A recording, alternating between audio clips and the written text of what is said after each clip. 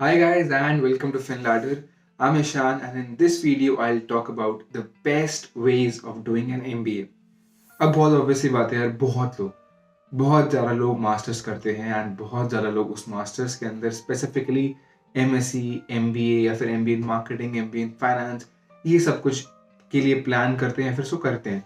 अब होता क्या है कि in India specially if I talk about in India mostly एक पैटर्न होता है. वो पैटर्न क्या होता है कि आप 12th करो, 12th के बाद आप बैचलर्स में जाओ and when you get in your third year, specifically bachelors का जो थर्ड ईयर होता है, you start preparing for those entrances जिसके लिए आप बाद में मास्टर्स करते हो, जिसके लिए आप बाद में सिलेक्ट होते हो या फिर क्लियर करते हो इस एग्जाम को. So you start doing that. अब यही एक सिंगल पैटर्न है जो majority of the people follow, isn't it? सब लोग यही फॉलो करते हैं. The main part is this the best approach? क्या ये बेस्ट तरीका है? मेरे अगर आप ओपिनियन की बात करो, सो आई ऑलवेज से कि अगर आपको मास्टर्स करना है आप करो, 100% करो. मास्टर्स अगर आप अच्छे कॉलेज से करते हो उसको बीट करने का कोई तरीका ही नहीं है, बहुत बहुत रेयरली ऑप्शन होगा.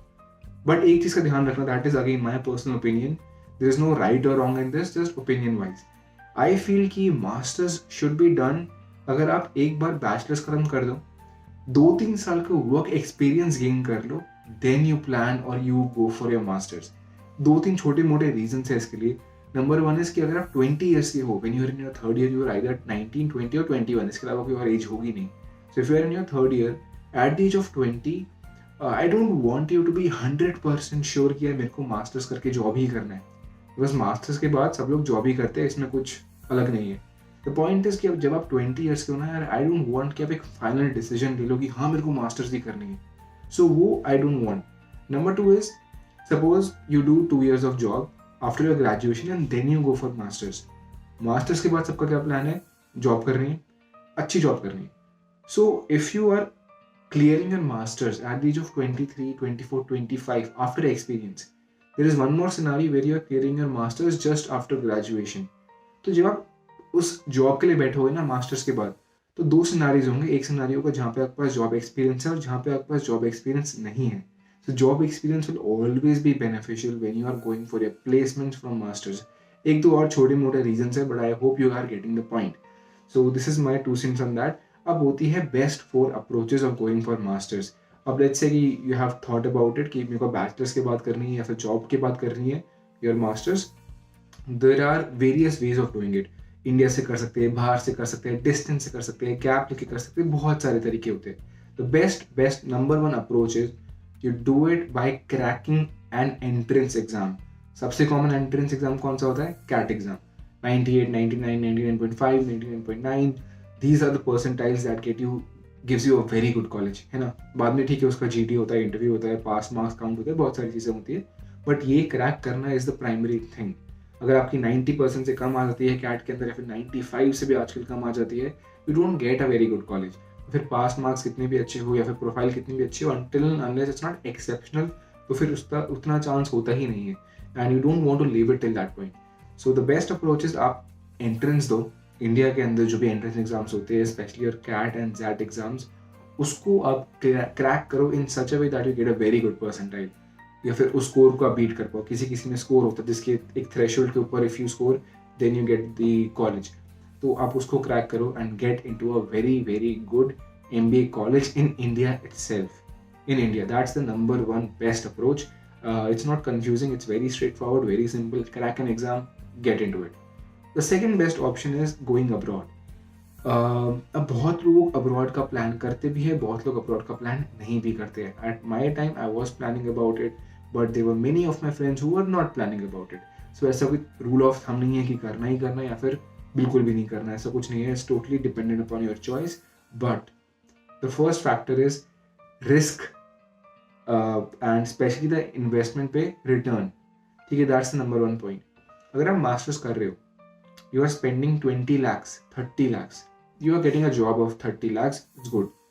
but अगर आप बाहर जाके मास्टर्स कर रहे हो किसी प्राइवेट यूनिवर्सिटी से, जहाँ पे you will spend 50-60 lakhs in 2 years, रहने का खर्चा, बाकी सारी चीज़ें अलग, you are coming back to India, you are not getting your PR, you are not getting good internship opportunities, you are not getting jobs there, तो वो फिर यूजलेस हो जाता है. That's why I am putting it on number 2. But this is still the second best approach. If you get into a good college in US, in UK, in Europe, in Australia, in Singapore, there are very good options available, but if you get into good colleges, if you don't तो उसका शायद return on investment इतना अच्छा ना हो. That is something that you need to keep in your mind. So number 2 is masters from abroad, but again good colleges. Number 1 is masters from India, good colleges. This is totally based on return on investment. Number 1 and number 2 can be swiped. एक first हो सकता है किसी के लिए, कुछ के लिए वो सेकंड हो सकता है. It can be swiped. Main point is India से करो या बाहर से करो, do it from the best universities और as you call it tier 1 colleges.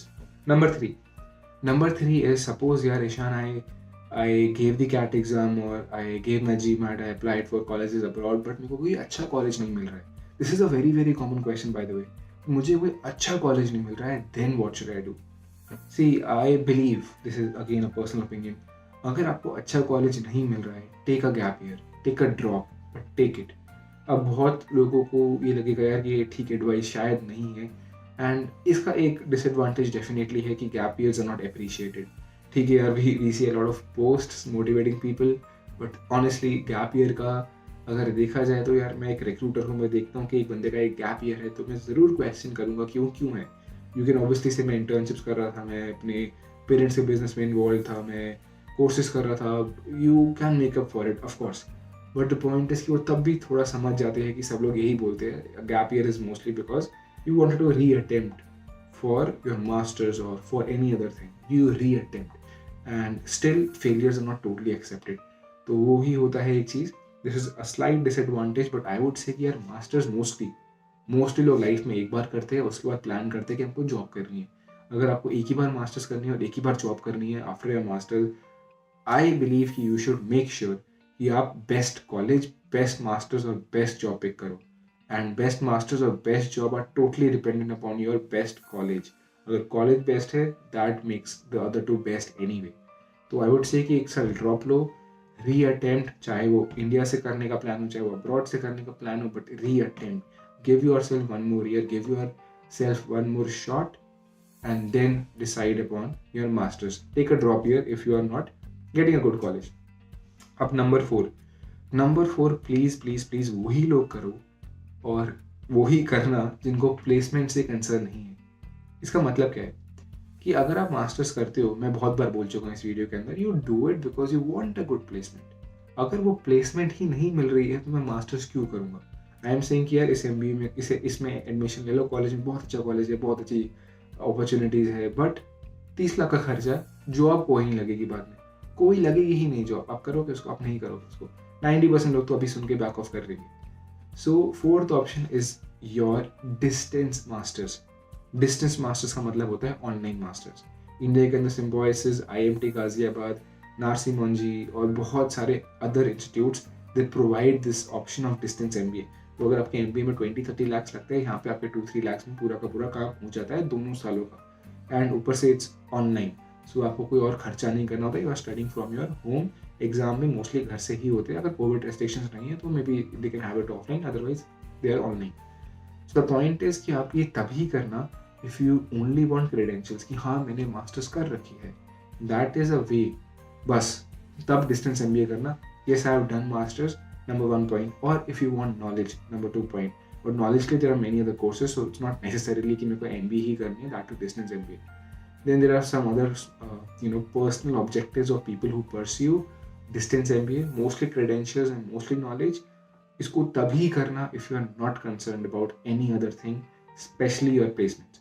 I do not recommend it. I'm putting it on the list, but I know majority of the people who are watching this video, they want a job. They want opportunities post their masters, and वो नहीं मिलती है distance MBA से. चाहे आपका counsellor कुछ भी बोले, चाहे जिस कॉलेज से आप अपडेट ले रहे हो वो आपको बोले कि हम तो अलाउ करते हैं प्लेसमेंट सेल में बैठना, डिस्टेंस वालों को भी, doesn't matter, don't listen to them. खुद से सोचो एक बार.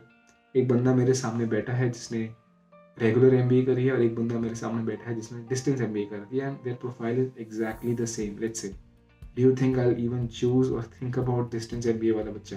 I won't. बहुत चीज़ें को डिफरेंस होता है. कॉलेज में असाइनमेंट्स होती है, कॉलेज के अंदर दूसरे लोगों से बातें होती है, सॉफ्ट स्किल्स इंप्रूव होते हैं, असाइनमेंट्स होती है, प्रेजेंटेशंस होती है, क्लास टेस्ट होते हैं, बहुत सारी चीज़ें होती है. That develops the other person more than the one who is doing it online. तो वो स्किल्स को मैं देख रहा हूँ जाते हुए as a recruiter. if I'm looking for someone from online masters, so I won't go for that person. तो डिस्टेंस तभी करना अगर प्लेसमेंट का कोई रोल नहीं है आपकी लाइफ में, अगर है मत करो उसको, avoid it. These are the 4 best methods of going for an MBA. In this list, I have not put private universities. I have not put tier 2 or tier 3 colleges. Over and over again, I have emphasized on this. कि मत करो अगर आपको अच्छा college नहीं मिलता है, take up drop. That's my personal recommendation. आप tier 2 tier 3 प्राइवेट से करके भी अपनी प्रोफाइल अच्छी कर सकते हो if you are too focused and you do too many other things. But अगर मास्टर्स की स्पेसिफिकली बात करूँ, I never recommended from those colleges. If you have a chance, try to get into the best college. That's the main objective. And I also clear what is the best time of doing an MBA. Bachelors वाला point और वो वाला point, you can compare, you can choose according to your personal objectives. If you have any questions, please feel free to connect with me or put your questions in the comment section. Thank you for watching.